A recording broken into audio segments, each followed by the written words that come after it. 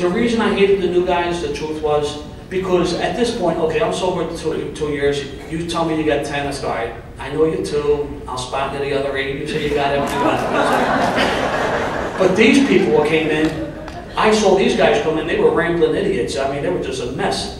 And I saw them get better before my eyes. So I knew they were for real. So I hated them the most. The reason they got better before me, because they were willing to take some action and I was afraid to take. And that's God's honest truth. I was afraid. Fear was running my life. Even though I may have tried to portray it was other things, it was fear. So on Friday night, I go to Wissenhomen meeting, Friday night, guy, Troubles. Troubles is in the room. I go up to him afterwards, but he doesn't want to be called Troubles, and he was a pretty rough dude, so his name was Bobby. I go up to him afterwards and said, Bobby, I said, I need some help. I said, would you be my sponsor?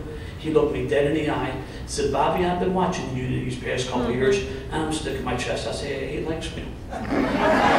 He says, I need to tell you. He said, you're full of shit. And I need to tell you, that's not the answer I'm looking for.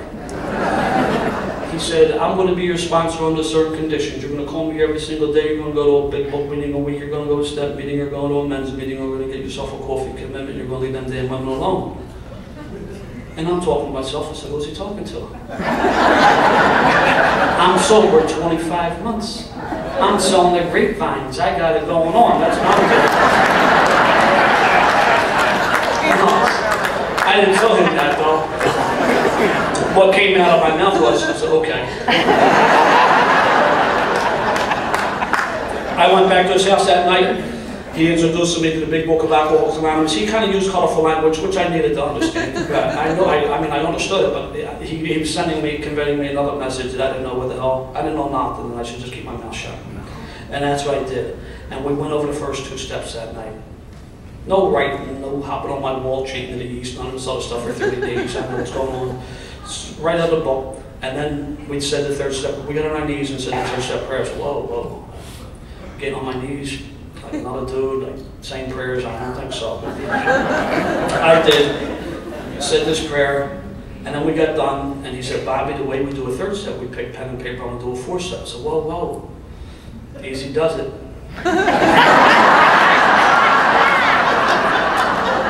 Let's keep this simple. How about I just not drink all the meat? Well, that's what I was doing. I was not drinking all the meat and I wanted to stick a gun in my mouth. I was just nuts. And so I did my foot. I didn't want to do one of these. I'm going to meetings. Oh, I'm doing my inventory, stirring stuff up, you know, feel like going out. I want to eat my gun. You can't get no further out than that. So I did my 4th step. No big deal. Everything I wrote down I did. Not a big deal. And next step, that's a big deal. I'm a brave guy, I got the angle on that, and I call him up and said, Bobby, I'm going on a retreat this weekend, I'm going to do my 5th step with a priest. He said, Bobby, that's great. When you get done, stop by my house so you can do it with me. And you know how it is, you're on the phone with your sponsor sometimes, and like you're deaf, do you hear what I said? But before I could say something flippant, sarcastic, he said, Bobby, I'm your sponsor. I'm supposed to help you with these steps. These next 2 deal with character defects. I think I need to know what they are before I help you, even though I have a good idea. And he hung up on me. Now the truth is, the reason I wanted to do, because my training as a kid, I knew whatever I said to the priest, between me, him, and a lamppost. Nobody else will know, right? It's not to be spiritually enlightened. I got God on the list, I got the church on the list. I hate it, you know, the hate's still there. The truth was, I was afraid to go to my sponsor with that stuff because I thought that he would ridicule me. I thought he would pass judgment, or even worse, he would break the confidence in whatever I disclosed to him, he would tell other people. Which kind of tells you my fear list quite isn't done. I never did that 5th step with that priest. I did it with my sponsor, and he did none of those things. He did not pass judgment on me. He didn't ridicule me. To the best of my knowledge, he never told anybody else. In fact, what he did, he shared some of his experience with me, which took away the terminal uniqueness in which I thought I was the only guy to do certain things. Now, he had taken someone's life and he had gone to prison for that in the 60s, and that's not why I asked him to be my sponsor. The reason I asked him to be my sponsor because he was walking the walk. It wasn't an hour and a half in AA, it was 22.5 hours in the neighborhood. He had real friends. He had women friends. He wasn't inappropriate. He treated them with dignity and respect. And this was a tough dude, and he could have done whatever he wanted to do, but he no longer was a tough guy, like that way. You would never tell by the way the man carried himself. He was a true gentleman. He didn't use profanity. He was just treating people. He was doing the right deal. And that's why I was attracted to this dude, and that's why I asked him to be my sponsor. So even though I was familiar with his past. So we got involved in the steps, and I got better, you know. Now, I don't want to let you know that I woke up one day and I decided I was going to be a decent human being and got involved in the steps. I did not get involved in the steps through any volition of my own. Pain and desperation is what drove me to get involved in the steps. From the time I picked up the paper and pen to do the 4th step to the time I completed the 5th step, I'm not proud to tell you, there's probably about 6 or 7 months passed. At this point, I'm probably sober 32 months. I only telling you that because please don't do it the way I did, because I don't know why I was able to make it without killing myself or anybody else. I now know God was looking out after me. But you know in how it works, it says we beg of you to be fearless and thorough from the very start, because they knew what the ramifications are if we play around with this program, you know. So 6 and 7, character defects. I didn't know what these are. I mean, I know when I drank, I was a character.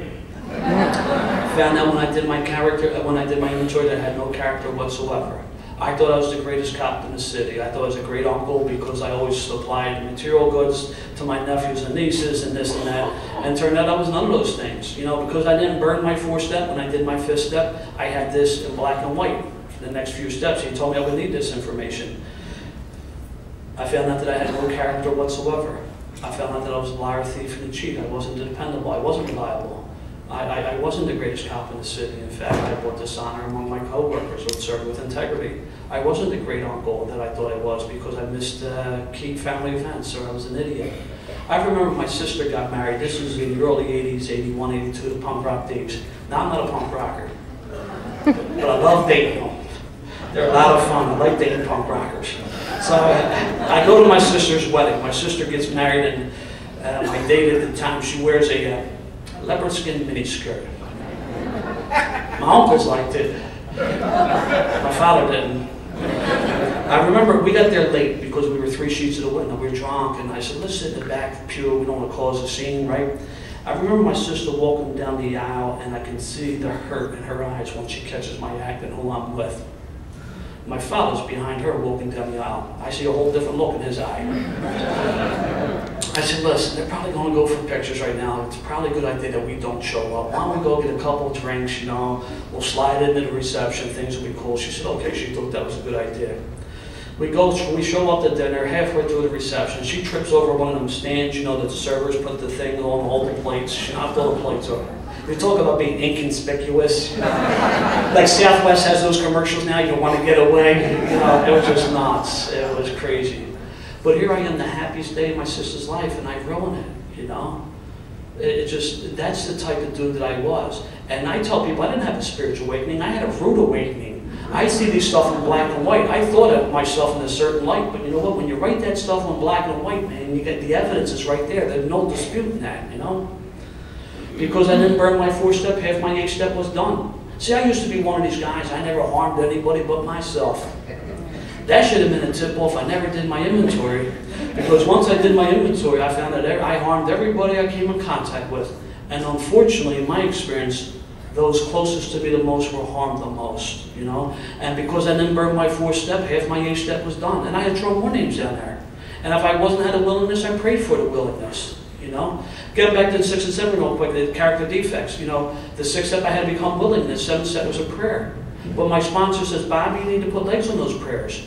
I mean, when I got a laundry list of character defects, let's say sometimes I may not be the most patient guy in the world. You know, I have a little difficulty with that still.